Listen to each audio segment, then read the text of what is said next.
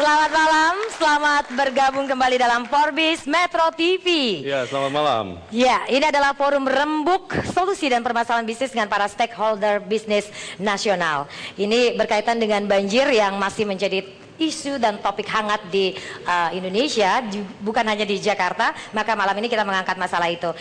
Kerugian nyawa, harta benda, serta potensial bisnis muncul dari musibah banjir yang melanda ibu kota. Infrastruktur vital rusak, pabrik terendam air, rumah warga rusak tergenang, pasokan barang terhambat distribusinya, panen gagal, harga melangit.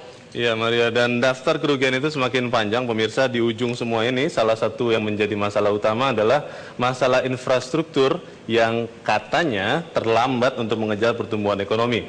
Malam ini dalam Forbes Forum Bisnis Metro TV kita akan membahas dampak banjir dan cuaca buruk di tanah air bagi aktivitas bisnis dan perekonomian. Iya Leo, dan juga mendiskusikan solusi bisnis yang realistis untuk dilakukan pada saat ini. Banyak solusi-solusi yang keluar dari musibah ini. Untuk itu kita mengundang Menteri Pekerjaan Umum Joko Kirmanto. Bapak, terima kasih Pak hadir. Maaf, ini wamennya yang datang. Sekarang ya. Wakil Menteri ya. Mohon maaf. Pak Jadi Hermanto wamennya Dardak, terima kasih sudah hadir. Selamat Pak malam Hermanto Pak. Dardak. Ya. Kemudian juga staf khusus Presiden Bidang Ekonomi dan Pembangunan, Mas Firmansyah. Mas Firmansyah, terima kasih. Selamat Jadi malam, instruksi Mas Presiden sudah jelas ya, 3 prioritas untuk menangani banjir ini. Kemudian juga ada Wakil Menteri Perindustrian Pak Alex Retra Ubun. Pak Alex, apa kabar? Sehat? Selamat malam ya. Alex. Dan juga nanti akan kita hadirkan ya, Pak Tri Wisaksana. Sayang sekali kita tidak punya wakil dari Pemprov DKI Jakarta. Kelihatannya Gubernur dan Wakil Gubernur DKI Jakarta memilih untuk berada di antara rakyatnya. Dan tetapi kita akan membahas juga masalah ini Maria bersama para pengusaha. Banyak sekali perwakilan dari Kadin, dari Apindo, dari HIPMI, juga dari asosiasi-asosiasi siapa saja Maria? Apersi, kemudian APPBI, lalu juga dari Asosiasi Pedagang Pasar, kemudian juga kita menghadirkan satu layanan umum yang sangat penting untuk kita semua adalah dari PLN. Ini listrik menjadi masalah bagi kita semua Maria. Ya, sebelum kita mulai diskusi kita pada hari ini dan menghasilkan beberapa solusi mungkin dari ruangan hari ini, kita simak dulu tayangan berikut ini yang menggambarkan bagaimana situasi banjir yang melanda ibu kota beberapa hari lalu.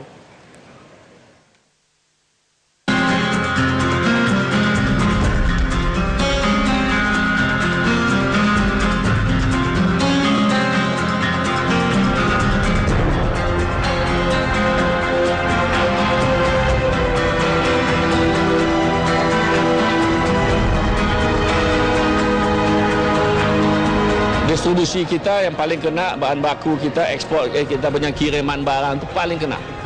Sehingga itu mengganggu semua distribusi network kita. Tapi yang paling kena itu retail, bisnes itu semua turun dia punya omset penjualan sekarang itu bukan main, termasuk restoran kita dan lain-lain.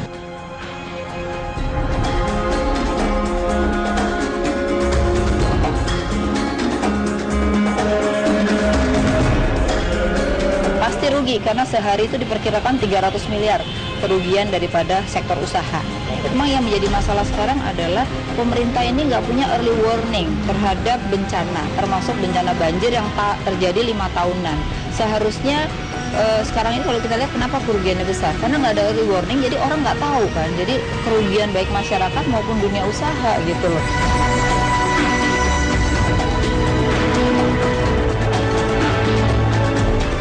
Itu nggak kurang dari 3 miliar satu hari.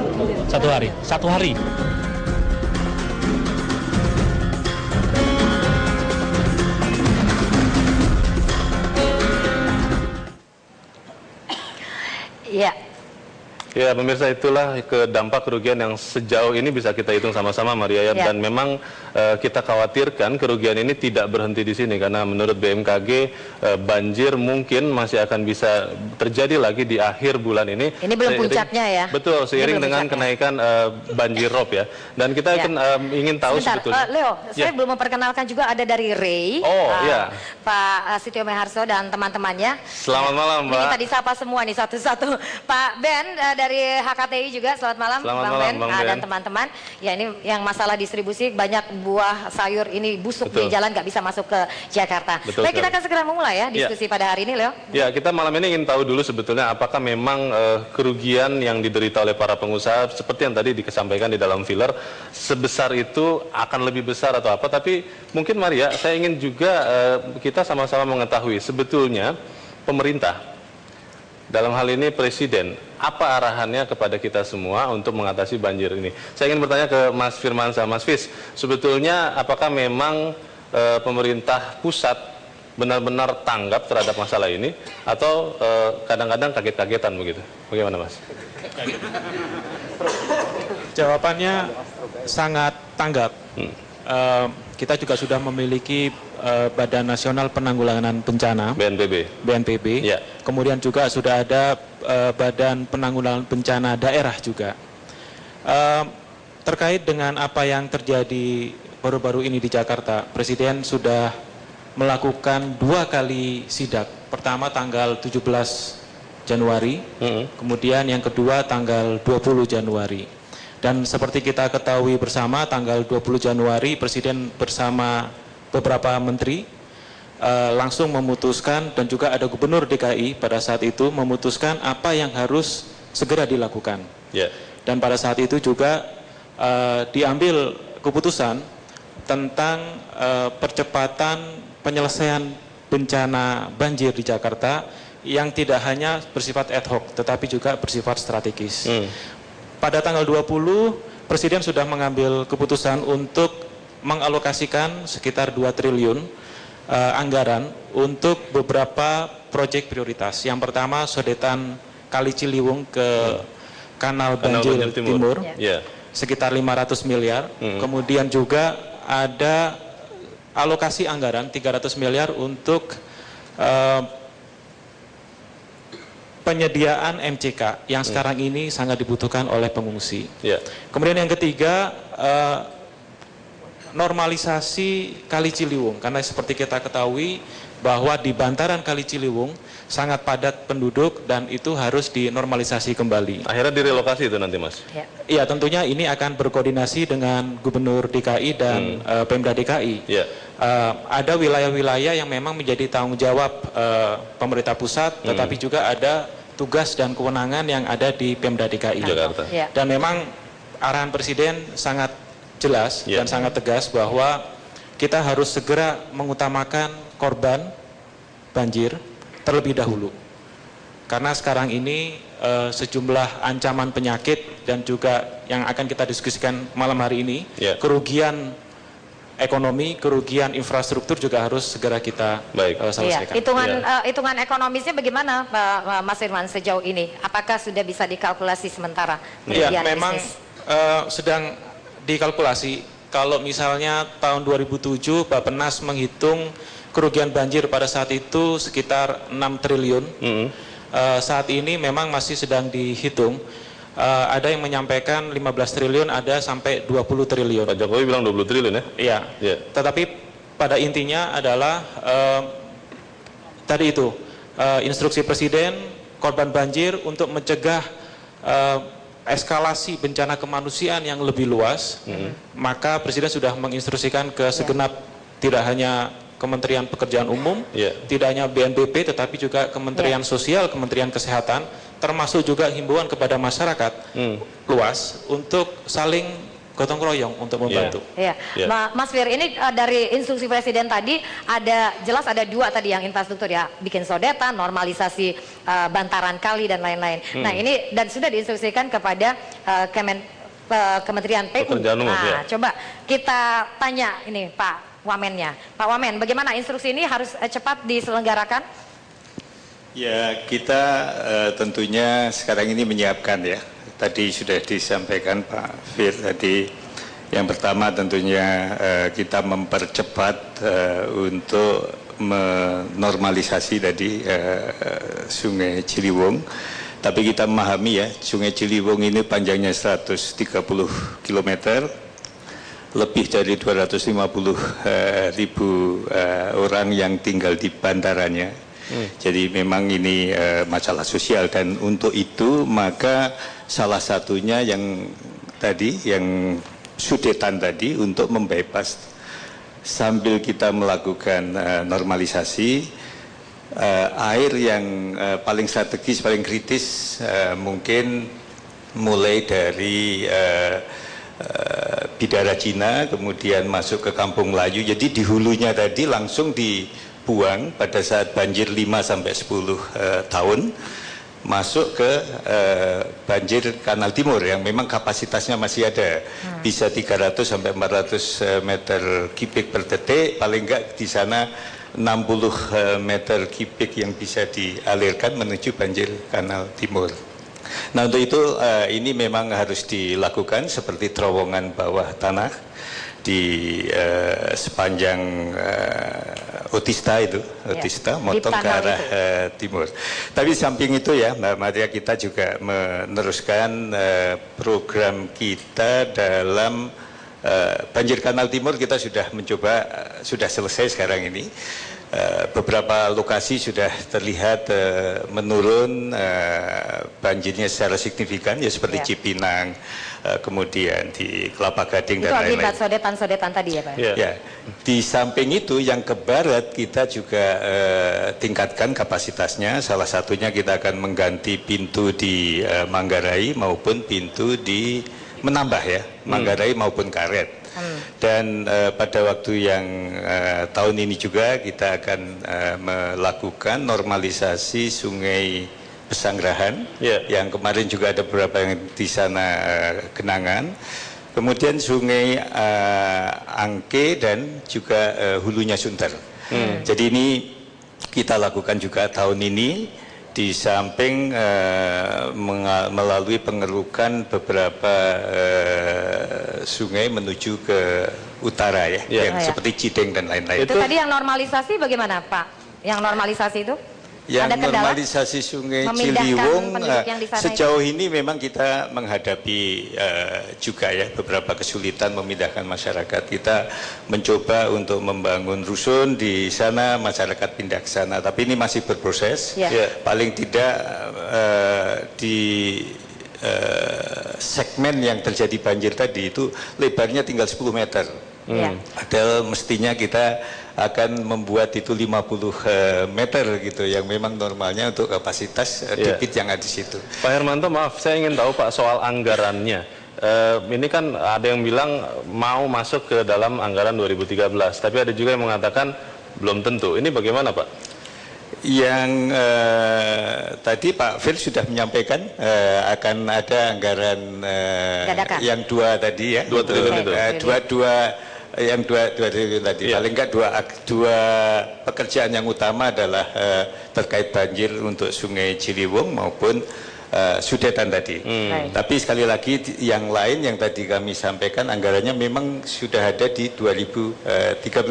Seperti tadi, menambah kapasitas di pintu Manggarai menjadi 500 meter kubik per detik, di Karet menjadi 750, dan di hilirnya sendiri masuk sana menjadi 1000 meter kubik per detik. Kita memperkirakan ini mampu untuk menampung jadi yang di luar sodetan itu sebenarnya sudah dianggarkan, tinggal dipercepat ya Pak ya, ini pengerjaan. Percepatan yang kita lakukan untuk tahun ini. Kita akan lanjutkan lagi perbincangan ini. Kita belum mengkalkulasi dari view-nya para pengusaha yang terkena dampak banjir ini. Sesaat lagi kita akan kembali lagi dalam Forbes Metro TV.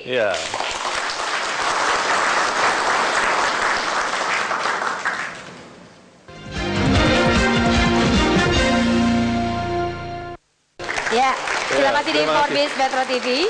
Dan saya perkenalkan juga, karena tadi kita bicara soal anggaran ya, kita harus bicara juga dengan DPR, karena biasanya harus cepat dikerjakan, instruksinya cepat dari Presiden, tapi biasanya lama nih di DPR. Ada Pak Aksanul dari Komisi 11, kemudian juga Pak Arif Budimanta dari PDIP, dan juga Mas Arya Bima juga nih dari Komisi Teknis ya, ini yang bicara infrastruktur.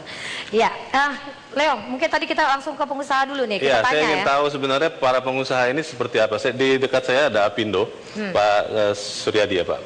Pak Suryadi, apakah memang betul semenyeramkan yang dikatakan oleh Pak Sofyan Wanandi? Karena kita mendengar pada beberapa episode yang lalu Pak Menteri Perindustrian mengatakan Pak Sofyan Wanandi ini sering menyeramkan begitu kan. Nah, itu apakah memang betul sebesar itu kerugiannya dan apa yang dirasakan pengusaha sekarang, Pak? Ya, saya pikir kerugian pengusaha memang cukup besar ya. Kali ini jauh lebih besar dari tahun 2007. Meskipun siklus banjir kan setiap 5 tahun itu 2002, 2007, 2012 ini kan terus ya. Tidak ada perbaikan, bahkan sekarang lebih parah dari tahun 2007. Nah, kita melihat ya, kalau secara jangka panjangnya ya memang infrastruktur ya ini kan perlu sekali ya. Karena kerugian yang begini besar ini sebetulnya kalau saya melihat ya, yang bagi pengusaha besar ya, itu mereka masih secara persentase itu lebih kecil daripada kerugian pengusaha kecil. Pengusaha kecil itu ya, dia nggak bisa diasuransikan. Mereka benar-benar bisa 100% habis gitu. Nah ini, tapi kalau pengusaha besar ya, kalau kita lihat memang kerugian mereka besar ya. Cuma kita sekarang mesti fokus. Pengusaha-pengusaha kecil ini juga kan adalah distribusi dari pengusaha besar. Dan efek-efeknya mereka. Nah jadi yang terpenting kalau menurut saya ya sekarang, bagaimana pasca banjir ini. Yang banjir ini kan sekarang tinggal berapa daerah kecil ya. Nah itu kami lihat pada waktu saya turun meninjau dengan PMI, dengan Pak JK saat itu. Kita melihat ya di sana masalahnya utama adalah pembagiannya itu tidak merata, sulit untuk menjangkau pemerataan. Distribusi ini ya. Nah itu yang saya melihat di sana, itu yang perlu pemerintah harusnya benar-benar terkoordinir. Pak Suryadi, maksudnya pengusaha besar nggak banyak ruginya sebenarnya, lebih banyak yang pengusaha kecil. Secara angka pengusaha besar pasti paling gede. Cuma kalau kita melihat dampak yang paling menyeramkan adalah yang kecil bisa hilang 100%. Kalau besar kan mereka secara nasional kan. Nah ini yang kita mesti pikirkan, bahwa mereka itu adalah distribusi daripada pabrik yang besar-besar. Itu yang mereka kita khawatirkan. Tapi kan kalau industri besar kan karyawan-karyawannya juga kan daerahnya terkena banjir. Nah justru kita Apindo ya menghimbau kepada semua pengusaha, terutama anggota kami ya Apindo. Pertama ya, untuk membantu karyawan-karyawan kita ya, semuanya ya. Nah, yang menjadi masalah adalah kan masalah-masalah yang mereka tuh tidak bekerja, yang kuli harian. Ya. Mereka nggak ada bosnya gitu. Mereka bagaimana? Kalau kita ya yang besar-besar, saya cukup bersyukur. Waduh, saya lihat di daerah Peluit, Muara Karang, itu terus terang aja ya, masyarakat di sana sangat partisipasinya luar biasa. Mereka misalnya Seci yang saya lihat, satu hari puluhan ribu dia makanan yang dia distribusikan kepada lain-lain. Bantuan lain ada kan sebetulnya Pak dari pemerintah, dari yang nah justru pemerintah juga ada, tapi kita swasta ya, ini luar biasa ya. Seperti Apindo, kita waktu itu kita memberikan dia langsung 50.000 roti. Ya, kita distribusikan melalui kita bekerja sama dengan PMI.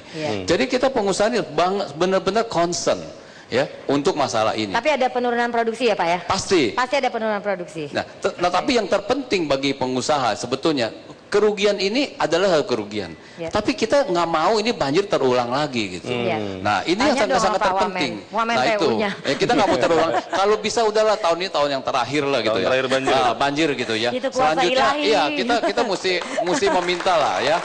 Kasihan lah kita mesti melihat negara Indonesia ini ya sangat lagi sedang berkembang ya ekonominya. Tapi ini baru kita kenaikan UMP dan sebagainya, sekarang kena banjir lagi. Terusan kita kayaknya nggak selesai masalahnya. Terus-terusan ya dapat benturan. Kita nanya dulu nih menterinya nih, gimana? Apakah Pak Alek, coba ini industri sebenarnya yang industri besar sudah mengalami masalah di awal tahun ini, ditambah lagi dengan turunnya produksi akibat banjir. Tapi apakah memang kerugiannya ini merata di setiap skala industri, Pak Wamen? Jadi pertama, kalau saya lihat pertumbuhan industri tahun lalu, ya, itu pertumbuhan industrinya melebihi pertumbuhan ekonomi. Itu artinya cukup memuaskan ya untuk kinerja sektor industri. Tapi kemudian bahwa dengan melihat skala bencana yang ada di Jakarta sekarang ini, itu semacam pasti ada kekhawatiran bahwa industri akan terpukul kalau kita melihat skala ini dia berlama-lama. Kemudian bahkan ada ramalan yang menyatakan bahwa nanti akan lebih parah lagi. Itu mengerikan itu. Itu mengerikan, durasinya akan lama dan skala kerusakannya tentu akan membesar, dan itu dikhawatirkan dia akan mengganggu kinerja industri tentunya untuk tahun ini nantinya. Bahwa tadi dikatakan industri kecil dan menengah yang sangat berkorban, that's right. Tapi memang tidak diasuransikan ya industri menengah dan kecil ya Pak ya? Tidak ada arahan itu juga dari kementerian untuk segera diasuransikan untuk menghindari resiko-resiko yang seperti ini gitu? Ya tentu kita menghimbau supaya diasuransikan, tapi kan pihak yang mau asuransikan juga dia perhitungkan kan. Kalau dia rugi ngapain dia asuransikan? Kira-kira begitu Pak. Pak Alex dan Maria, di sini juga ada Pak Wayan Dipta, beliau Deputi Menteri Koperasi dan UKM. Pak Dipta, sebetulnya kalau tadi Pak Suryadi mengatakan yang paling terpukul sebetulnya adalah pengusaha kecil. Apakah betul begitu Pak Dipta? Ya, kebetulan kita dengan pemerintah DKI, khususnya dengan Dinas Koperasi DKI, sudah mencoba mendata beberapa minggu terakhir ini. Memang ada beberapa pasar-pasar kita itu, ada 43 pasar yang memang kena dampak daripada banjir ini, dan satu masih terkena di Pluit. Kemudian ada PKL juga, dan kaki lima ini ada sekitar 2.200-an yang sudah didata itu yang kena. Kalau misalkan alat-alat ini nilainya sekitar 6 juta saja, itu barangkali udah 13 miliar ini. Nah kemudian koperasi kita juga ada 34-an koperasi yang kena, khususnya di Kopas, di Primkopti, di semua wilayah, timur, barat, utara, sampai di pusat gitu, sampai selatan. Nah ini diperkirakan juga sekitar 2 miliaran lebih yang sudah dikalkulasi. Di pasar tradisional ini belum selesai, ini lagi didata lagi. Jadi kita juga menurunkan staf kami di kantor untuk mencoba mendata kerugian-kerugian yang dialami oleh mereka. Baik. Jadi memang benar mereka itu tidak ada yang mengasuransikan. Tidak ada yang mengasuransikan ya Pak ya. Kita nanti bicarakan itu nanti soal asuransinya. Oke, tapi ini kita juga punya pengusaha-pengusaha dari perumahan ya, pengembang, kemudian juga dari para pengelola pusat belanja. Ini kan paling repot juga kalau misalnya ini mereka tidak juga bisa berbisnis kan. Betul, Leo ya. Kita tanya Bu Ellen ini gimana Bu, teman-teman di asosiasi Bu, apakah toko buka selama banjir ini Bu? Glodok sudah buka ya Bu ya? Jadi asosiasi kami sebenarnya untuk daerah Jakarta itu terdiri dari 75 pusat belanja. Hanya ada 2 yang memang tidak bisa beroperasi karena tergenang, tetapi lainnya semua beroperasi secara penuh. Jadi walaupun ada juga pusat belanja di Pluit yang kata kita melihat begitu besarnya ya tergenang, tetapi ada juga pusat belanja yang tidak tergenang tetapi beroperasi penuh. Jadi anggota semua kami minta untuk membantu masyarakat sehingga dengan dibukanya pusat belanja itu membantu juga masyarakat sekeliling untuk dapat membeli barang-barang kebutuhan sehari-harinya. Walaupun buka tapi barang pasokannya bagaimana Bu? Pasokan sementara untuk berapa hari yang dari tanggal 17 masih mencukupi. Hanya problem bagi pusat belanja adalah karyawan. Jadi karyawan itu karena banyak juga terkena rumahnya terkena genangan banjir, sehingga sulit akses untuk mencapai tempat bekerja. Jadi nggak ada yang jaga, nggak ada yang karyawan. Karena tidak ada karyawan, berarti ada beberapa. Sampai ibu-ibu dan teman-temannya yang di pimpinannya turun ya. Turun, semua turun juga ya. Semua turun kita bantu ya. tapi kalau kita lihat sebenarnya pusat belanja itu umumnya masih cukup bagus ya, bisa dibuka. Hanya akses menuju ke pusat belanja itu. Lagi-lagi kita soal infrastruktur. Kita tekankan di akses. Jadi kami harapkan di sini kebetulan juga banyak dari ada PU juga.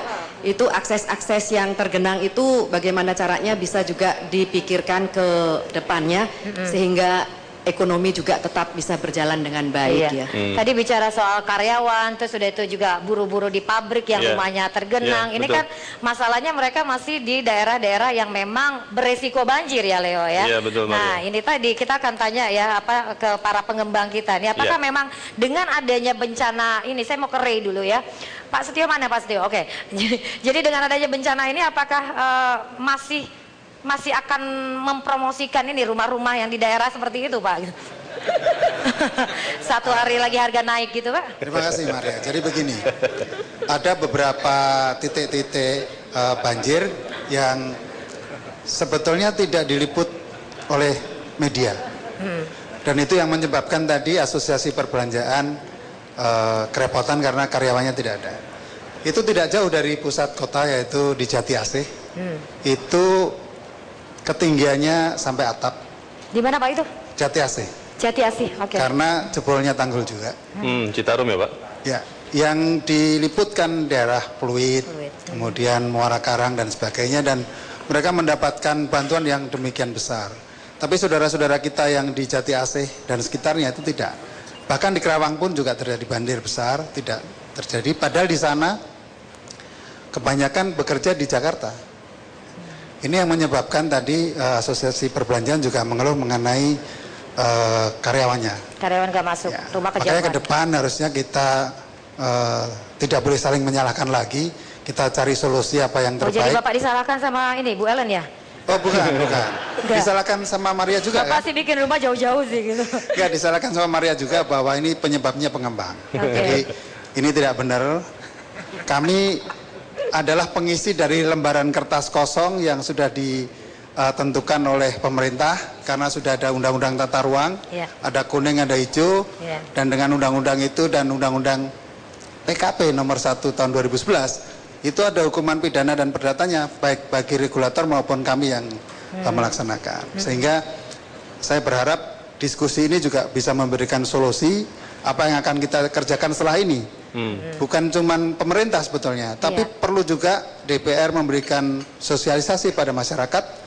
Jangan sampai pintu air Manggarai itu isinya sofa dan kasur. Kan? Ini terjadi.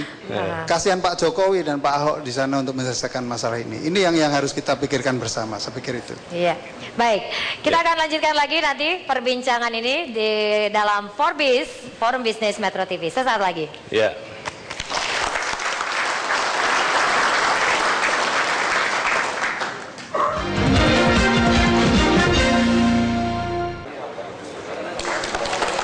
Masih di Forbis Metro TV.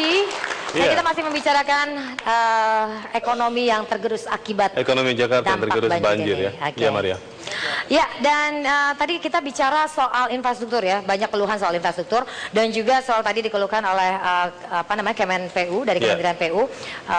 Kalau infrastruktur mungkin bisa ya dikerjakan ya, tapi ini memindahkan ini tadi orang-orang ini tadi karena kan ini harus ada efek psikologisnya dari situ Leo. Nah, bagaimana sebenarnya cara memindahkan yang enak? Kalau rumah susunnya udah ada kan enak gitu ya. Kita tanya dulu sama Apersi nih, penyedia pengembang rumah murah. Pak, gimana sebenarnya usulan untuk memindahkannya biar enak ini masyarakat dari bantaran kali ke rumah susun? Begini Bu Maria, memang pengembang ini selalu disalahkan juga, tapi menurut saya sih yang memberi izin kan pemerintah, ya enggak? Memang di bantaran kali juga itu tidak diberi izin, mereka juga tinggal. Jadi jalan keluarnya memang ini harus mereka kita pindahkan. Pindahkannya yang tidak mampu itu harus disediakan rumah susun sederhana yang tidak sewa, artinya rumah susun singgah. Tapi yang agak mampu. Ini yang di Marunda sewa loh Pak. Makanya itu nggak benar itu. Harusnya tidak sewa bagi mereka memang miskin, baru mereka mau pindah. Kalau disuruh sewa nggak mau. Tapi yang agak mampu silakan sewa. Yang mampu beli rusunami atau rumah murah landed. Nah, juga harus diperhatikan tanah yang mereka tempati ini, apakah ini tanah garapan atau tidak. Harus diganti untung juga. Kalau nggak mau juga pindah begitu. Tanah garapan maksudnya? Ya mungkin mereka sudah bayar PBB segala macam kan di sana kan, berarti memang hak mereka di situ. Harus ada ganti untung. Ada ganti untung. Iya, kalau enggak mereka mikir mau jangan pindah. Cuma disediakan guling, bantal, furniture di rumah susun ini ya. Yang kedua, Jakarta ini kan daerah delta, artinya rawan banjir. Di mana daerah-daerah serapan air ini sudah dibangun. Jadi harus ada reformasi kawasan resapan air dan relokasi bangunan-bangunan tempat tersebut supaya tersedia resapan air. Kalau enggak tuntas-tuntas nih Jakarta. Walaupun tadi Pak Wamen bilang akan direvitalisasi, dilakukan normalisasi sungai, tidak akan selesai juga. Jadi intinya jangan sewa ya Pak ya? Jangan sewa. Jangan sewa, kasih jadi hak milik. Ya minimal rumah singgala walaupun tidak hak milik. Jadi mereka tidak terbebani. Mereka orang-orang susah. Ya Maria, bicara masalah rumah, salah satu kebutuhan mendasar ya. Dan kita juga ingin tahu sebetulnya ketika tadi Pak Hermanto Dardak juga Mas Firmansyah mengatakan sudah ada anggaran sebetulnya untuk perbaikan masalah banjir ini. Saya ingin ke Mas Tri Wisaksana di sini. Beliau dari DPRD di Jakarta, walaupun Pak Jokowi dan Pak Ahok tidak bisa hadir. Pak Tri Wisaksana, kita ingin tanya, sebetulnya masalah anggaran penyelesaian banjir yang paling dekat, 6 langkah yang diusulkan oleh Pak Jokowi, kira-kira akan disetujui atau tidak, Pak? Ya, memang sekarang ini sedang dilakukan pembahasan tentang APBD tahun 2013. Ya. Karena usulan dari pemerintah memang terlambat. Tengah jalan juga ada revisi-revisi. Salah satu revisi yang paling krusial itu adalah perintah atau instruksi dari pemerintah pusat untuk revitalisasi Kali Ciliwung. Jadi kita alokasikan di situ 250 miliar rupiah dan seterusnya. Jadi seluruh program yang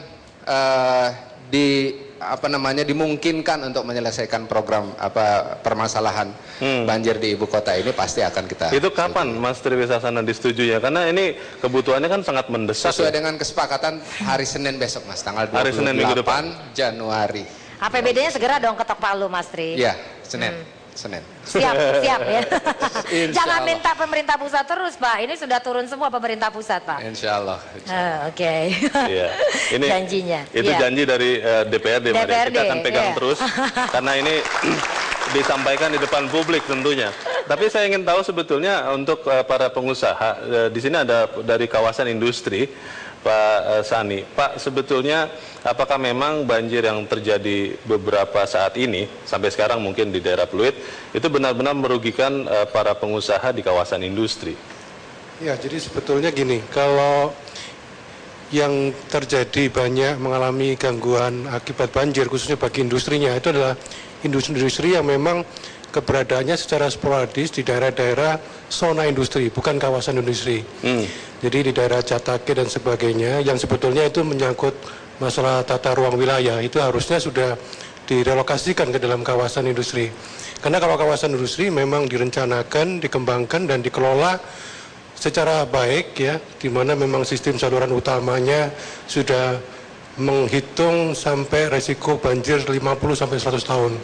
Kemudian di setiap jalannya juga ada sistem saluran air yang memadai, termasuk ada kita sebut retention pond, itu semacam kolam penampungan di mana kalau terjadi banjir di daerah sekitarnya pond tersebut menampung air dan itu untuk pelepasannya bisa diatur. Tapi Pulau Gadung tetap terendam loh, Pak. Ya, ini memang Pulau Gadung itu kan produk lama ya, di mana memang pada waktu itu kan masih belum ada daerah pemukiman sekitarnya.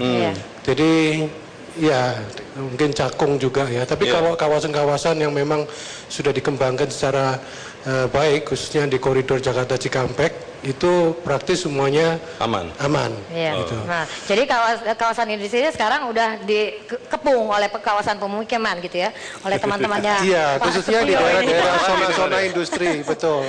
Repot juga dia begini, bukan kawasan industri lagi itu jadinya, Pak ya? Iya, memang itu dari awalnya bukan kawasan industri, itu memang lokasinya di zona-zona industri. Kenapa ditaruh di situ industrinya, Pak? Dulu memang mungkin itu kebijakannya karena memang di dalam tata ruang memang ada daerah untuk industri, tapi industri yang memang tidak ada pengelolanya. Jadi memang akhirnya mereka secara sporadis. Jadi kalau industri-industri berlokasi di dalam satu tempat tapi memang tidak terintegrasi, jadi tidak ada sistem saluran yang memang mengatur itu semua, itu akhirnya ya terjadi banjir gitu. Jadi intinya pengusaha atau perusahaan harus masuk ke kawasan industri, kurang lebih itu begitu. Sesuai dengan peraturan pemerintah nomor 24 tahun 2009. Itu menurut Pak Sani Iskandar, Ketua Himpunan Kawasan Industri Indonesia. Ini harus kita perjelas juga, Pak. Pak Alek, gimana Pak Alek, Pak Wamen? Ini jadi ada relokasi industri juga, ada relokasi untuk normalisasi ini dari masyarakat yang keluar dari pemukiman di bantaran kali itu. Nah, untuk relokasi industri bagaimana itu Pak usulan itu? Memang idealnya itu kalau kawasan itu kawasan untuk industri, ya jangan dicampur baur, kalau enggak nanti peruntukannya jadi kacau balau gitu ya. Nah oleh sebab itu ya kita harus berupaya supaya Dulu belum ada masyarakatnya, Pak Alek. Nah, sekarang kita harus berupaya supaya kawasan-kawasan industri baru harus muncul lagi di mana-mana di Jawa dan di luar Jawa supaya permasalahan itu bisa kita hindari gitu. Oke, baik. Ya, sekarang kita buka ya untuk semua floor. Jadi tadi sudah beberapa yang ingin mengajukan komentar dan lain-lain. Saya mulai dulu ke Pak Franky. Silakan. Pak Franciscus Welirang, silakan Pak Franky. Baik, saya ingin berkomentar beberapa hal. Nomor satu bagi saya melihat adalah mitigasi dari perubahan iklim. Jadi derasnya air yang turun hujan dan besok lusa keringnya panas dan terutama terhadap gagal panen. Bisa ada hujan banyak gagal panen juga. Itu satu sisi. Saya kira itu sangat penting sekali. Nah, sedangkan di dalam hal ini perubahan itu tentunya harusnya semua kita sudah lebih siap. Harusnya sudah lebih siap. Artinya gelombang besar, bagaimana distribusi daripada produk-produk berjalan, persiapan yang ada di pelabuhan bagaimana. Itu nomor satu. Nomor dua, kita sudah tahu bahwa hujan itu akan datang dan besar. Kita mengalami tahun 2002, tahun 2007, tahun 2012. Kebetulan kejadiannya hari ini di DKI. Pertanyaannya, apakah hujan yang kemarin ini derasnya lebih deras dari tahun 2007? Pertanyaannya nomor satu itu. Kalau tahun 2007 tidak ada banjir kanal timur. Kanal banjir timur. Kanal barat masih sempit, sudah diperbesar hari ini. Pertanyaannya, kok bisa sangat begitu besarnya banjir yang ada di Jakarta? Bagaimana peranan daripada pintu air yang berjalan? Pembagiannya di Jakarta itu bagaimana? Nah, saya kira ini kunci yang sangat penting. Tentunya air yang mengalir, kekuatan arus. Sudah diatur, kalau nggak akan jebol. Pak Franciscus ingin menanyakan infrastruktur pengendali banjirnya ini tadi ya Pak? Tentunya di dalam hal itu sangat penting, tentunya. Jadi tidak sekedar, apakah air yang ada hari ini lebih besar dari tahun 2007? Lebih besar atau tidak? Nah, kita kan nggak tahu ya. Jadi Katulampa tentu ukurannya. Kemarin ini Katulampa normal-normal saja yang kita lihat. Jadi itu satu sisi lah. Namun bagi kita tentunya bagi industri, distribusi ke daerah, distribusi di dalam atau melalui darat tentunya perlu menjadi perhatian. Karena di sini ada perubahan iklim. Bedanya apa sih hari ini? Sebetulnya bedanya, kalau saya mengatakan bedanya ada badai. Airnya sama derasnya. Bedanya ada tanggul yang jebol tahun ini. Ya, ada tanggul yang jebol. Tanggul yang jebol juga tergantung arus yang dibuka, tata cara pembukaan daripada pintu air. Saya kira itu tentunya ada perhitungan dari PU. Nah, saya kira itu yang ingin saya komentarkan. Tapi moga-moga ke depan ini perlu menjadi perhatian dari data-data teknis yang ada. Saya kira itu. Iya, Pak Dadak, mungkin ada tanggapan? Sebenarnya udah menghitung itu belum sih, arusnya berapa besar, pintunya kapan harus dibuka, jebol tanggulnya berapa, pasirnya, dari data ukurannya. ya, Mbak Maria, data yang masuk di catatan dari BNPB sekarang itu memang luasannya sebetulnya lebih sedikit dari 2007 gitu. Nah, memang yang khusus yang sekarang ini dengan Latuhar hari tadi ada Tamrin masuk ke Cideng dan di Pluit. Pluit itu masalahnya kan lautnya lebih tinggi. Jadi kita ada pompa Pluit yang memang harus kita pompa, beda itu 2 meter itu hampir di sana. Jadi masalah menggenang di sana adalah masalah kecepatan kita memompa air yang ada di Pluit ke laut gitu. Jadi sistem penanganan kita yang tadi yang dari selatan ya, dari luar Jakarta kita tangani dengan banjir kanal barat, timur dan sungai-sungai yang utama tadi kita normalisasi. Penanganan di dalamnya DKI Jakarta mestinya dengan drainasenya karena dari curah hujan yang jatuh di Jakarta sendiri. Tapi di utara tadi dari laut yang memang tadi iklim yang disampaikan bukan iklim, sebetulnya land subsidence itu cukup tinggi di Jakarta ini. Di tempat tertentu di sana itu sampai 10 cm setiap penurunan 1 tahun ya. Sehingga kita memang kedepannya seperti berpikir mengenai dam lepas pantai ini memang salah satu alternatif juga. Tapi dam kembali ke tadi ya, bahwa kami juga sekarang ini mengidentifikasi jalan-jalan nasional. Kita sekarang ini menangani tadi aksesnya yang ditanyakan. Lebih dari 100 km memang ada lubang sudah mulai ditutup, termasuk di jalan tol juga gitu. Di samping itu kita yang menyiapkan RT/RW ya, rencana tata ruang DKI Jakarta kan sudah menjadi perda ya. Kemudian Bogor, Depok, Tangerang, Bekasi ini juga sudah menjadi perda dengan undang-undang yang baru. Sehingga kita mengharapkan di situ ada melekat sanksi juga ya, sesuai dengan undang-undang tadi. Dan kita harapkan bahwa semuanya menuju 20% ruang terbuka hijau tadi bisa terwujud. Di samping juga situ di Bogor, Depok, Bekasi juga ada penanganan perbaikan. Ini harus ada sinergi dengan daerah-daerah ini ya Pak ya, daerah-daerah penyangga ibu kota ya Pak ya. Tapi sebelum ke situ Pak, kita mau break dulu. Dan pemirsa tetap bersama kami dalam Forbes Metro TV.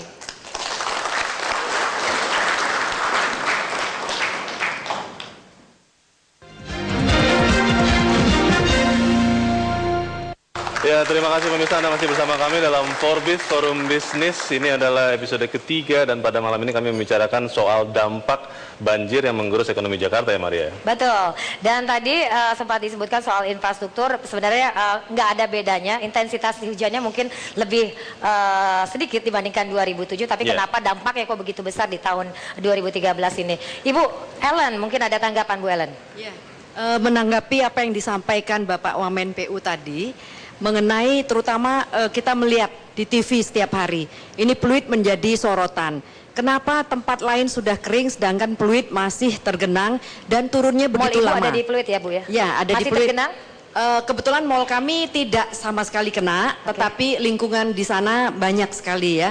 Pertanyaan kami, tadi Bapak menyebutkan masalah pompa.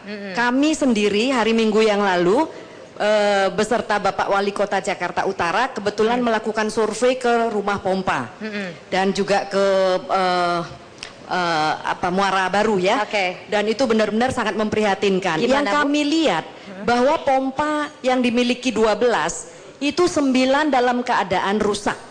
Jadi yang bisa dioperasikan hanya 3. Sehingga ketika kami mau jadi wawancara, bedanya tahun ini pompanya cuma ini ya Bu ya, 3 ya yang beroperasi. Kami mau wawancara Bapak yang menjaga, seorang Bapak yang menjaga rumah pompa, dia mengatakan kalau hanya dengan 3 pompa kemampuan kami menurunkan air 20 cm per hari. Nah sekarang tinggal dihitung di depan rumah penduduk yang di sana 50 cm akan 2,5 hari misalnya, demikian turunnya. Apalagi Bapak-bapak tadi yang pompa 3 pompa doang gitu ya. Jadi dengan air yang begitu luas banyak. Sedangkan kami melihat, pertanyaan kami sebenarnya siapa yang bertugas untuk mengawasi perbaikan-perbaikan pompa tersebut? Karena sangat ironis, benar-benar menyedihkan. Itu kendaraan bisa dilihat di TV ya, itu semua tenggelam dan lain sebagainya. Jadi di lapangan sebenarnya barang tidak berfungsi semuanya ya Bu ya. Jadi kalau itu bisa benar tidak rusak dan ada yang menjaga dengan baik, saya rasa kejadian fluid pada tahun ini tidak akan separah ini. Pak Hermanto mungkin boleh Pak langsung dijawab langsung Pak. Tadi pertanyaan Bu Ellen, siapa sebetulnya kuncennya pompa Pak? Di fluid itu ada, kalau kita memompa itu harus ada reservoirnya ya. Di sana ada reservoirnya seperti kayak situ lah gitu ya. Airnya masuk ke sana. Tapi memang ada reservoirnya sendiri juga semakin kecil ya, karena memang juga ada juga masyarakat yang di sana. Dan pompa memang tahun ini kita mendukung ya, tapi yang mengoperasikan DKI Jakarta itu di Pemprov sana. Pemprov jadinya ya Pak ya, kuncen tadi kita ya. membantu satu pintu yang memang sudah lama itu tahun ini memang sedang dikerjakan untuk diganti, pada saat ini memang sedang terjadi ini.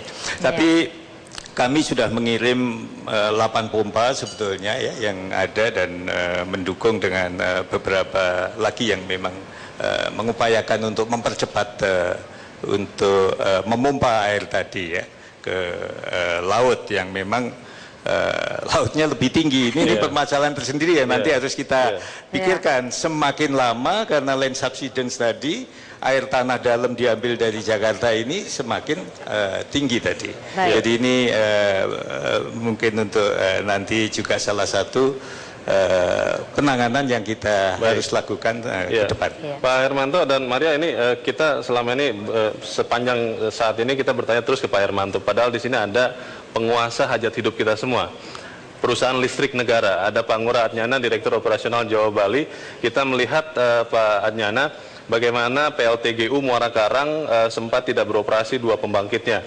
Kemudian banyak sekali yang mengeluh karena memang demi keselamatan, banyak korban jiwa dalam banjir ini karena kesetrum. Demi keselamatan PLN mematikan, tetapi kadang-kadang ada keterlambatan menurut masyarakat. Sebetulnya kondisi PLN di Jawa Bali, persiapan menghadapi banjir, karena menurut BMKG masih akan ada banjir lagi lebih besar di akhir bulan ini, seperti apa Pak Adnyana? Persiapan PLN untuk menghadapi banjir sebetulnya sudah banyak kami lakukan. Di Muara Karang itu yang kita antisipasi adalah robnya. Banjir rob? Banjir rob. Itu jadi akhir dari bulan ini, Pak, ya? Itu sudah kita bentengi. Tetapi yang datang kan bukan dari laut, yang datangnya dari darat. Salah perkiraan begitu, salah musuh ini. Robnya dari darat ya Pak.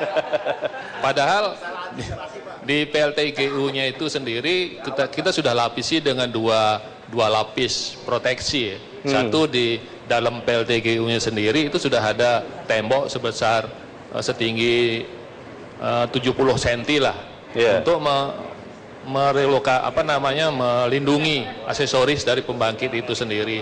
Kemudian di luar PLTGU itu kita tambahkan semacam bendungan dari tanah gitu yang tingginya sudah 1,5 meter.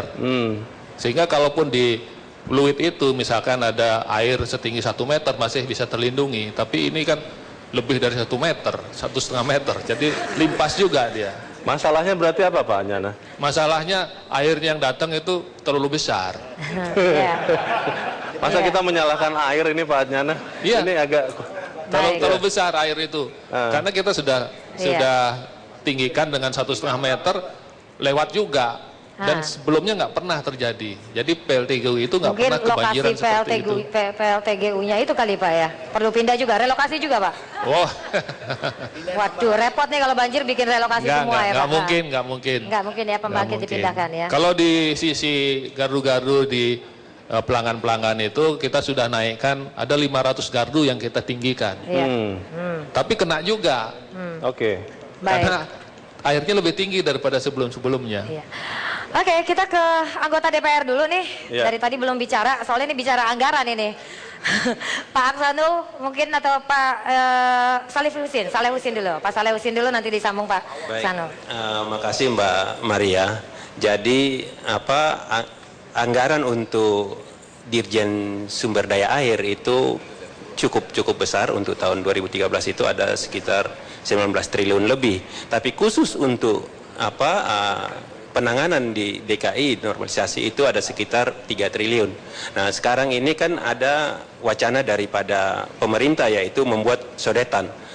Sodetan itu kan kira-kira anggarannya sekitar 500 miliar. Tapi 500 miliar ini kan kita udah memutuskan, udah DIPA di 2013. Berarti kan harus mencari sumber yang lain. Nah ini yang harus kita bahas bersama pemerintah. Apakah nanti kita ambil dari rekening 99 atau dari yang mana? Ini nanti bersama Menteri Keuangan. Mau milih dari rekening mana terus aja belum untuk Pak, normalisasi sungai yang untuk DKI yang Ciliwung sepanjang 21 km itu kira-kira membutuhkan sekitar 1,2 triliun.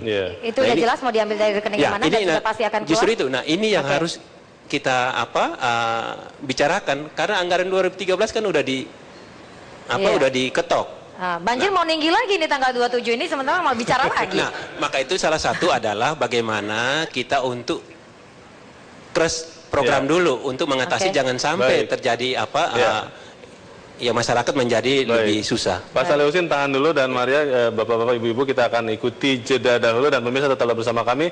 Forbes Forum Bisnis akan segera kembali sesaat lagi.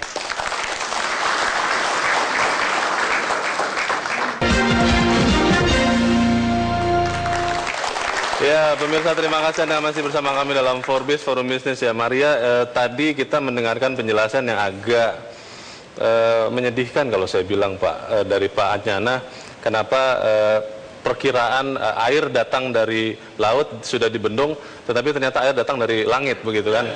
Nah, ini beberapa anggota Dewan juga mengatakan anggaran akan segera dibahas. Saya terus terang agak khawatir karena ini tahun 2013, kurang dari 1 tahun menjelang 2014. Apakah ini benar-benar bisa dibahas atau tidak, begitu Maria? Iya, makanya kita tanya Pak Aksanul. Gimana Pak Aksanul? Sibuk kampanye.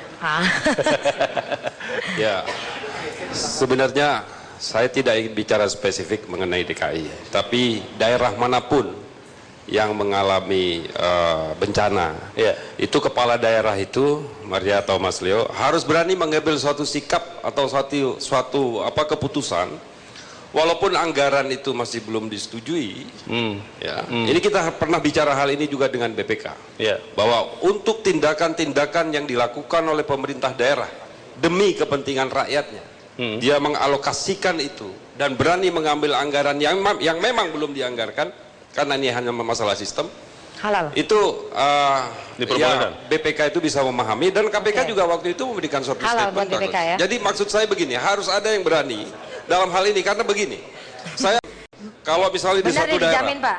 Dijamin, kita BPK tidak dijamin masalah hukumnya, tapi memang harus ada terobosan. Karena ini nggak bisa kita seperti ini. Nggak bisa. Jangan sampai rakyat itu sudah teriak luar biasa menderita. Ada satu kasus di satu daerah. Ada satu bencana di satu daerah, rakyatnya sudah luar biasa menderita, tapi tidak dianggarkan bencana itu. Kemudian ada satu anggaran untuk pembelian mobil, anggaran itu dipakai oleh kepentingan itu dan itu bisa diterima. Dan jangan sampai mereka ini mengambil satu keputusan hanya satu peraturan, akhirnya rakyat itu menderita. Dan ini memang Pak Jokowi dan daerah-daerah lain yang dapat bencana memang harus berani melakukan hal ini. Ada terobosan anggaran gitu ya Pak? Terobosan anggaran, walaupun tidak ada yang menjamin masalah hukum. Tidak ada yang menjamin masalah hukum. Tidak ada jaminan, susah. Tidak ada, tidak ada.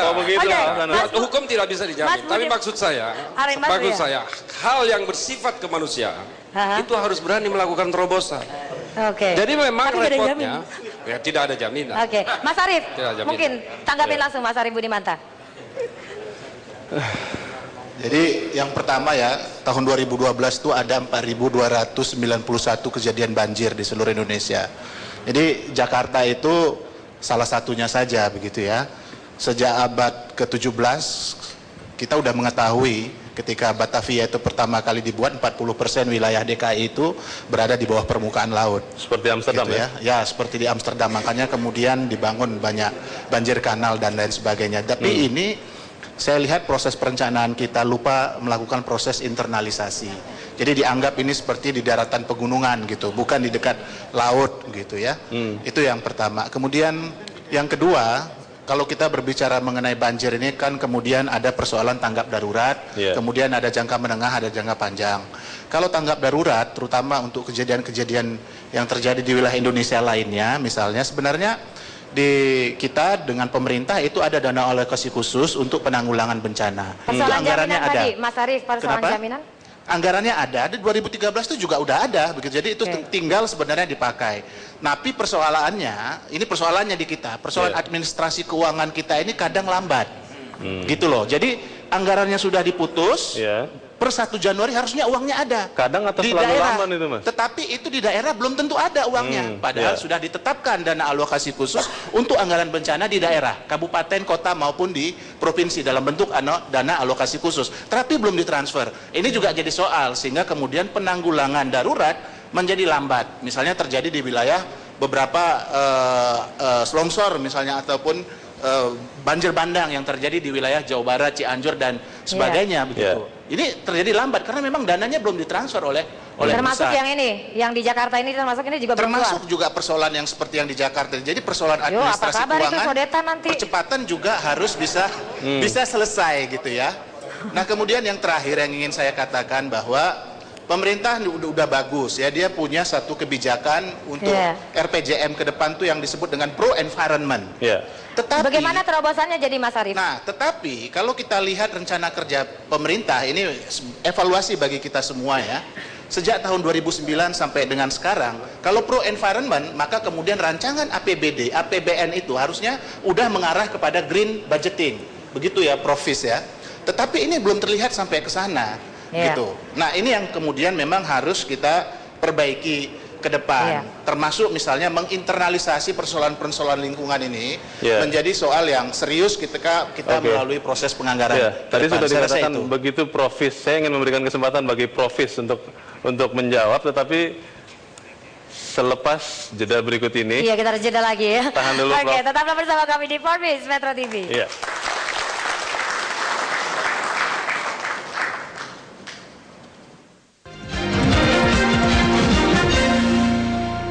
Anda masih bersama kami dalam Forbes Forum Business. Ya, Maria, di sini juga bersama-sama kita ada pengusaha makanan dan minuman. Ini menjadi satu masalah penting karena biasanya ketika ada bencana di awal-awal kesulitan makanan, tetapi mungkin malah bisa menjadi berkah juga untuk bagi para pengusaha makanan dan minuman. Pak Franky Sibarani, sebetulnya untuk Anda, pengusaha, apa solusi yang harus segera dilakukan semua pihak, Pak, untuk mengatasi banjir di Jakarta ini? Ya, terima kasih. Jangka pendek sebetulnya sudah dilakukan, yaitu menyelamatkan masyarakat ya melalui bantuan-bantuan. Saya pikir dari inisiatif produsen makanan dan juga Apindo itu, saya pikir itu sudah baik karena mereka langsung turun ke daerah-daerah untuk membantu.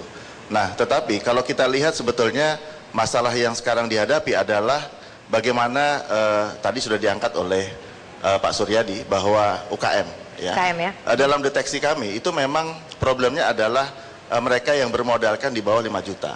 Jadi kalau industri kecil rumah tangga itu tentu recovernya tidak bisa seperti perusahaan menengah besar yang secara katakanlah yang anggota kami yang ada di Ancol dan juga di kawasan industri Pulau Gadung, mereka tidak terganggu sama sekali produksinya, tetapi memang aksesnya untuk distribusi barang atau bahan bakunya sulit. Nah, sekarang ini permasalahannya adalah untuk yang UKM. UKM itu saya pikir perlu dibantu, tadi sudah disampaikan oleh dari kantor Menko mengenai Menko UKM, ya, datanya sudah ada. Tentu yang perlu dibantu adalah bagaimana supaya mereka modalnya ini tentu bisa pulih karena dibantu kalau permodalannya. Yang kedua, tentu di sini ada produsen-produsen besar untuk bahan baku tentu bisa juga memberikan kredit lebih panjang. Nah, sisi yang lain tentu dari kami juga memberikan support untuk para peritel, ya, pedagang pasar yang khususnya berjualan makanan minuman itu sekitar 15.000 di Jakarta. Nah, jadi itu tentu perlu dibantu. juga bagaimana memulihkan usaha dan bisnis UKM ini yang paling terkena. Konsep kita yang berikutnya adalah bagaimana sektor mereka ini bisa pulih kembali. Saya kira tadi disebut-sebut soal asuransi, mereka tidak tercover asuransi. Mungkin dari HIPMI ini biasanya memulai di sektor UKM. Mas Yohas, silakan komentarnya soal asuransi mungkin juga. Terima kasih. Nomor satu, saya mau mengundang dari aspek lain. Indonesia ini adalah salah satu negara yang sangat terancam terhadap natural disaster. Kita bicara banjir satu hal. Tapi kita ada yang lebih bahaya lagi, yaitu gempa. Itu sangat bahaya.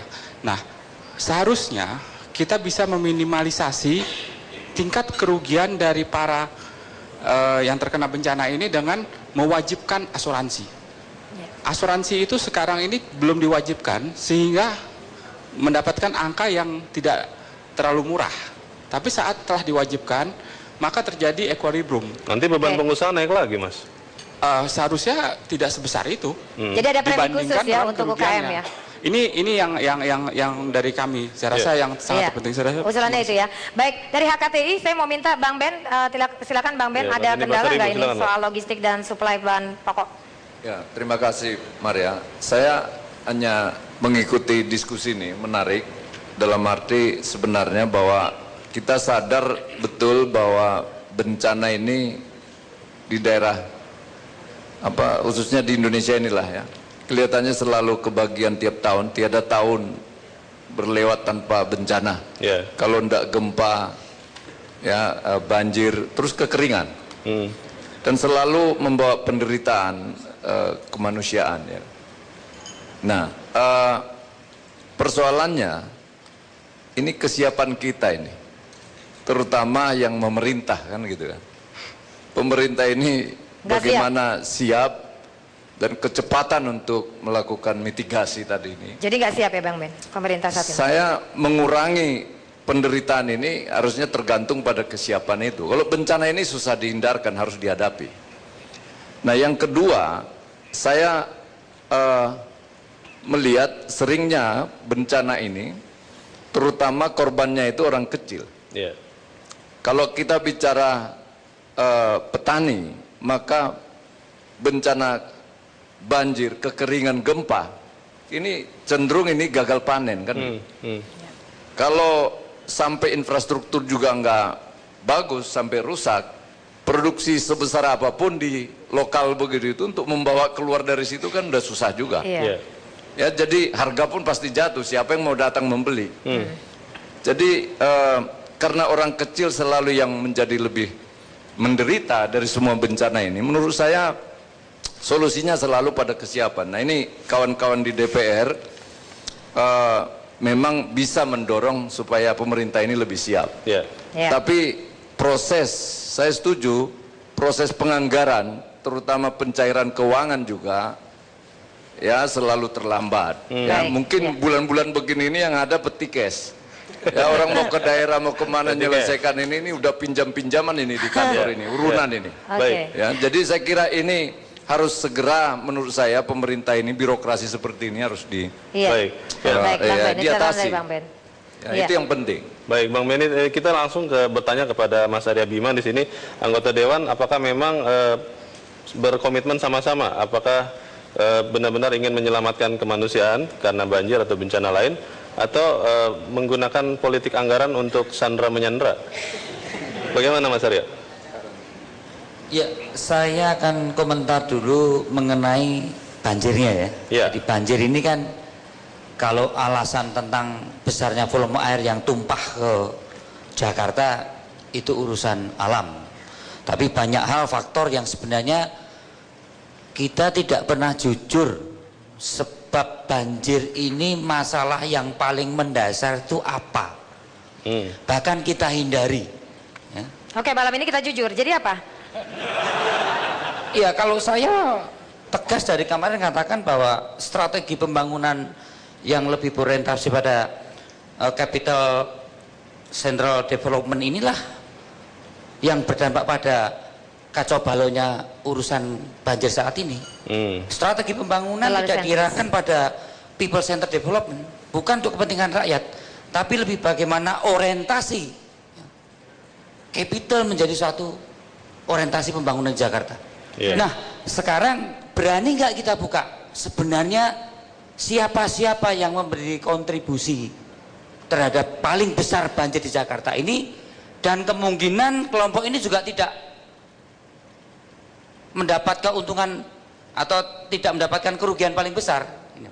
Nah kalau kita tutupi terus ya kan, yang jelas tadi sudah dikatakan bahwa pelaku UKM untuk recovery psikologis, recovery aset, recovery finance paling berat.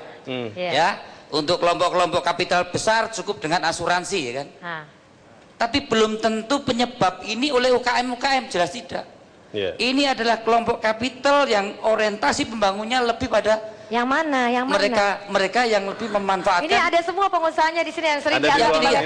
Ini kita tidak bisa mengatakan yang mana? Secara ada parsial, pengembang, ya. Ada kawasan industri yang Anda katakan tadi industri. Ya dia baru dituduh aja sudah kepanasan kan. Wah kita disalahkan ini. Ya. Tapi mari kita kaji secara lebih komprehensif ya, dari hulu sampai hilir, dan jangan dilihat hal yang sepele. Jakarta ini spektrum ekonomi nasional. 80% putaran uang di Jakarta, sentral pemerintahan, sentral ekonomi. Ya, jadi para pelaku di Jakarta, baik pelaku bisnis terutama, yang sekarang ini mengatakan bahwa merupakan kelompok yang paling berat memikul kerugian terhadap banjir. Jadi Anda menyalahkan sebenarnya bukan yang UKM ini, tapi adalah yang pemegang kapital besar ini ya. Gini, mari kita buka DPR, pemerintah, LSM, kita buka secara jujur ya kan. Kita tidak pernah mau mengerti persoalan yang paling mendasar dampak banjirnya Jakarta. Selain debit air yang begitu besar ya, ini sudah di luar daripada kemampuan kita menghitung. Udah pada melotot ini Pak Arya Bima. Kita tidak pernah jujur soal ini ya kan. Ini pengembang perumahan-perumahan besar ya, ASF ini udah pada melotot. Ada tanggapan mungkin dari sini? Kaji dong secara keseluruhan misalnya. Benar nggak bahwa resapan-resapan air, pintu-pintu air, kanal-kanal air yang selama ini menjadi ruang-ruang untuk penyerapan air itu habis semua. Kita coba tanya, ada nggak itu semua di para pengembang ini? Tapi saya katakan ini coba. perlu kajian dan lebih mendalam. Iya, silakan Pak Setio. Terima kasih Maria. Saya setuju dengan Mas Arya bahwa kita memang harus mengevaluasi. Ya. DKI ini kan secara undang-undang tata ruang, ruang tata hijaunya tidak sampai 30%. Ya. Anda setuju kalau tadi disebut kambing hitamnya yang pemegang kapital? Bukan, masalahnya begini. Kita tidak pernah punya data konkret. Ya. Berapa rumah mewah, berapa rumah menengah, berapa rumah sederhana di Indonesia, apalagi di Jakarta. Ya. Satu, yang kedua, kalau kita menyalahkan banjir itu dari Bogor, kita juga tidak pernah punya data konkret berapa sih villa yang ada di puncak yang menyebabkan daya resap air itu meluncur ke Jakarta. Ini harus kita buka semua, supaya tadi yang dimaksud Pak Arya Bima tadi bisa diselesaikan, dicarikan solusinya. Dibuka ya Pak. Kami sebetulnya ingin memberikan semacam usulan bahwa untuk DKI ini kan ada 51 titik kelurahan yang terkena dampak banjir. Nah ini ada peran serta pemerintah dan DPR beserta kami bersama-sama untuk mengadakan konsolidasi lahan. Ya. Kalau memang itu daerah kumuh, ada penataan ruang atau urban renewal dengan diangkat ke atas, sisanya bisa jadi daerah resapan. Ini merupakan salah satu usulan-usulan kami yang konkret, yang bisa menjadikan Jakarta tentunya lebih ramah dan bisa menghindari banjir yang lebih besar. Baik. Ya, Mas Marwan Jafar, saya ingin bertanya kepada Anda setuju dengan Mas Arya Bima atau Pak Soeharto? Halo. Terima kasih. Saya ingin menyoroti dari yang paling mendasar dulu. Yang paling mendasar adalah perencanaan pembangunan kita ini mengalami mismanageable. Sehingga tidak ada yang betul-betul dikelola sebagai prioritas terhadap penanganan kasus tertentu. Taruhlah misalnya soal penanganan Jakarta, banjir dan seterusnya itu. Ini sejak bertahun-tahun yang lalu, saya kira sudah dilakukan beberapa kali pertemuan. Ini ada Pak Hermanto ada.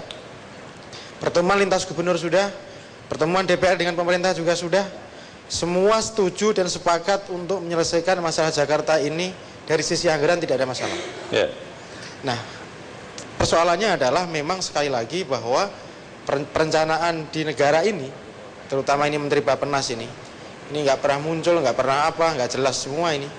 Nah, oleh karena itu perencanaan sekali lagi mulai mismanageable. Mungkin perencanaan senyap begitu, Mas? Ya, kita tidak tahu.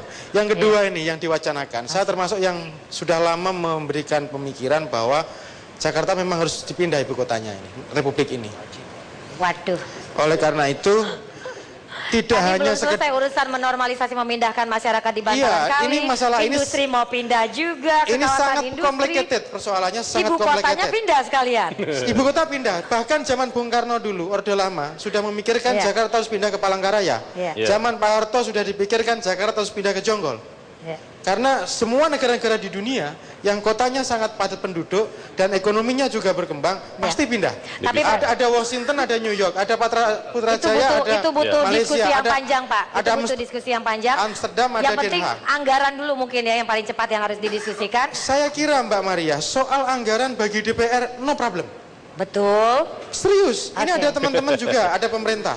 Betul-betul kalau soal ini. Kita pegang ya, ini anggota DPR katanya nggak masalah, dijamin cepat. Bu, iya. Sekarang kita ke Bu. Sekali lagi ini Mbak Maria saya katakan Pak Marwan, bahwa sekarang butuh action, bukan sekedar di meja terus. Misalnya soal perpindahan ibu kota, ini baru opsi 1, opsi 2, opsi 3, nggak menyelesaikan masalah pasti. Butuh decision maker yang memutuskan ini pindah, ini tidak. Ya, mungkin prioritas anggaran ini opsi pindah-pindahannya ini mungkin satu-satu ya Pak, masyarakatnya dulu tadi dipindahkan dari bantaran kali, kemudian itu tadi. Di sini saya pikir decision makernya di sini yang jadi persoalan. Iya, saya ke yang lain dulu Pak ya. Ibu silakan dari HIPI. Ya, silakan Bu. Terima kasih. Saya ingin menyoroti ada dua hal. Yang pertama yang mendasar. Bu Yani Motik ya. Ya, Oke. terkait dengan Mas Bima. Saya setuju sekali. Memang saya lihat di sini it takes two people to tangle katanya. Artinya gini, kalau kita bicara soal perencanaan, memang di Indonesia perencanaan, tapi setiap kali ganti pemerintahan, perencanaannya ganti lagi. Belum lagi nanti menjelang pemilihan.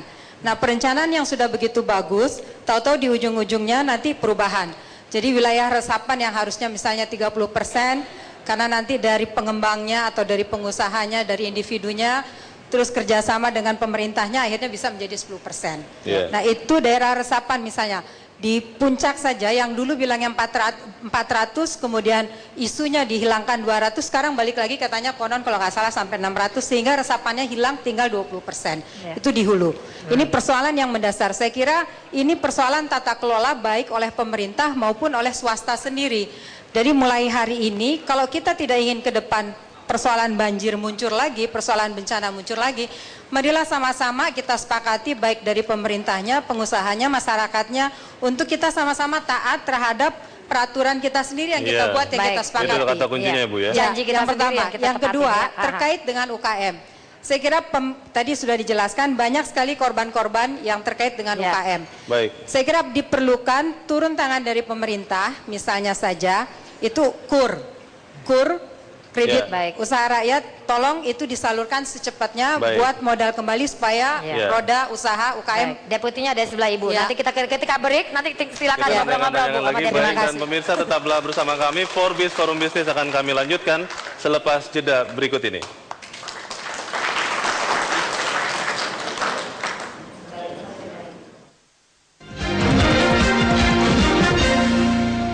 Terima kasih Anda masih bersama kami dalam Forbis Forum Bisnis malam ini. Ini adalah segmen terakhir Maria, dan kita ingin mencari tahu ya. Dan kita tadi sudah bersama juga dengan staf sus Presiden, sudah mendengar semua solusi-solusi yang masuk dari pengusaha, dari wakil rakyat. Gimana? Apa yang akan nanti dibisikkan kepada Presiden, Mas Fir? Ya, saya rasa Presiden juga sangat berkembang sekarang, Mbak Maria.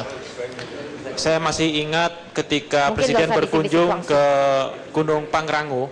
Jadi kalau tadi didiskusikan bagaimana kita memindahkan migrasi dari bantaran Kali Ciliwung ke tempat di luar itu.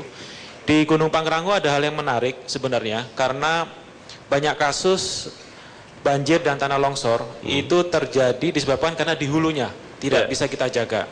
Dan kalau kita melihat lebih dalam, kenapa terjadi pengundulan hutan, terutama di hutan lindung, karena banyak penduduk setempat yang menggantungkan pekerjaannya dengan menebang pohon. Nah, di Gunung Pangrango kemarin ada migrasi yang sangat berhasil dan bisa menjadi contoh bagi kita semua di Indonesia, di mana pemerintah pusat dan pemerintah daerah Kabupaten Bogor didukung oleh sejumlah LSM dan juga ada penggiat lingkungan mencoba untuk menggantikan pekerjaan mengunduli hutan itu ke sektor-sektor lain yang lebih produktif. Ya, jadi kita tidak hanya sepanjang itu kan yang akan Anda sampaikan kepada Presiden mungkin. Artinya jadi apa? Artinya memang bahwa tadi Presiden juga menyampaikan bahwa ada skala prioritas jangka pendek, ada skala prioritas jangka menengah, ada skala prioritas jangka panjang. Kemudian juga Presiden juga menyampaikan bahwa solusinya tidak hanya bersifat ad hoc, tetapi juga bersifat strategis. Tadi juga disampaikan terkait dengan desain APBN kita yang sebenarnya ada 4 pilar, ada pertumbuhan, kemudian ada perang terhadap kemiskinan, kemudian juga ada lingkungan. Dari usulan-usulan yang masuk di ruangan ini tadi, Mas, yang migrasi dan lain-lain itu? Bisa dibisikkan kepada Presiden? Saya rasa Presiden mengikuti diskusi kita. Long term lah itu ya. Itu yang tidak ad hoc ya. Baik, dari pengusaha Mas Okto mungkin HIPMI. Ada 3 hal sebetulnya Maria. Yang pertama, kami dari HIPMI itu memberikan apresiasi kepada bangsa Indonesia yang memiliki rasa altruisme yang tinggi terhadap bencana. bahwa ketika terjadi bencana, baik itu pemerintah pusat, pemerintah daerah, masyarakat, organisasi-organisasi, semuanya bersatu untuk menanggulangi bencana. Hanya saja memang ada pesan dari BNPB, apabila ingin menyalurkan bencana, baiknya berkoordinasi dengan BNPB sehingga bisa mengisi ruang-ruang yang kosong. Kadang-kadang karena kita semangatnya mau bencana, ada juga yang semangat foto-foto juga, bukannya membantu justru malah merepotkan. Dan satu hal lagi juga barang yang ditumpuk di tempat yang itu saja. Nah, terus hal yang kedua adalah ketika banjir, ketika menanggulangi bencana, semua ini menjadi bersatu. Seperti kita malam ini, kita bersatu membahas masalah banjir. Kita bersatu dan harapan kita juga ketika kita bisa bersatu menghadapi banjir, kita juga bisa bersatu untuk mencegah banjir. Karena mencegah banjir ini kan pekerjaannya lebih panjang. Yang pasti tadi yang saya tangkap, 2007 kita 6 triliun, 2013 kita 20 triliun, artinya 4 kali lipat. Nah, 5 tahun lagi? Nanti 5 tahun lagi mau gimana gitu, itu kan kita nggak tahu, gubernurnya masih Pak Jokowi atau udah ganti lagi. Sama gitu. Dengan pemilu siklusnya. Nah, dan yang ketiga yang ketiga juga ini mungkin saatnya kita revaluasi tentang apa yang sudah terjadi, apa yang terjadi dengan UOB, apa yang terjadi dengan daerah-daerah yang lain, dan kami mengajak semua masyarakat, semua bangsa Indonesia itu untuk berpikir gayanya pengusaha. Bahwa pengusaha itu berpikir setiap ada kendala selalu ada peluang. Jangan sampai begini, jangan sampai kita asik-asik berdiskusi tentang masalah. Akhirnya apa? Kita malu ditonton sama orang Singapura, orang Malaysia, orang apa itu Indonesia banjir-banjir katanya. Justru kita menjelaskan datang ke Indonesia, dijamin 3 tahun lagi tidak ada banjir. Mas Okto. Singapura juga pernah banjir. Oke, ke DPR dulu, Mas Arya Bima, terus nanti Mas Aksanul. Tapi singkat-singkat saja ya. Maria, saya hanya ingin bagaimana koordinasi, karena ini salah satu yang tidak selesai-selesaikan masalah leadership. Leadership di tingkat provinsi kan gubernur yang kewenangannya sangat terbatas. Saya melihat kecepatan koordinasi dalam menangani persoalan ini, ada wilayah pusat dan ada wilayah daerah. Maka sebaiknya gubernur sebagai kepala daerah tingkat provinsi itu bisa diangkat status pejabat setingkat menteri supaya untuk menyelesaikan persoalan-persoalan faktual maupun ke depan koordinasi itu lebih mempercepat langkah-langkah koordinasi. Saya kira itu. Singkat, koordinasi, singkat. Bisa diajak koordinasi ya. Ngasih masalah baru ini ya. Jadi begini Maria, ini kan kita cari konklusinya bagaimana ya. Nah, di parlemen tentunya kita akan terus berusaha, dan saat ini mungkin kita akan merevisi sejumlah undang-undang tentang keuangan ini. Termasuk juga politik anggaran, agar jangan sampai anggaran baru cair di April, kalau bisa sudah Januari itu udah beres.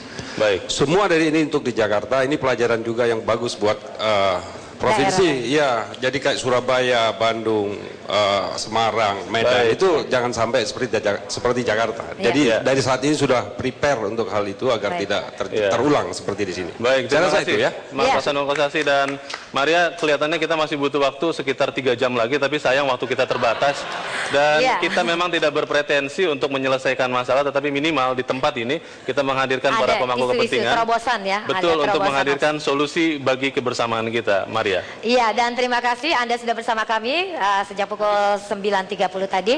Kita akan berjumpa lagi dalam perbincangan yang seru lagi di Forbes Metro TV pekan depan. Sampai jumpa. Terima kasih.